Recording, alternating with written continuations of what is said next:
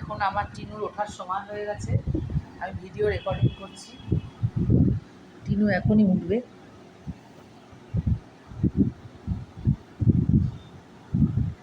একটু গায়ে হাত দিলাম। অন্যদিন প্রতি 2 ঘন্টায় ওঠে খাবারের জন্য, আজকে 2 ঘন্টা 10-15 মিনিট হয়ে গেছে। এই ফাঁকে আমিও একটু খেয়ে নিলাম। এইবারে টিনুকে একটু নাড়াচাড়া করব। খুব ডিপ ঘুমাচ্ছে, কালকে 12 ঘন্টা ঘুমায়নি, সকাল 7টা থেকে রাত সন্ধ্যে 7টা, তারপর থেকে ডিপ ঘুমাচ্ছে।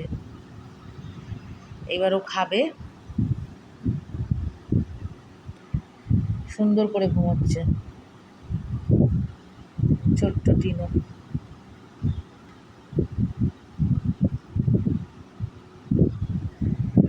ও টিনু।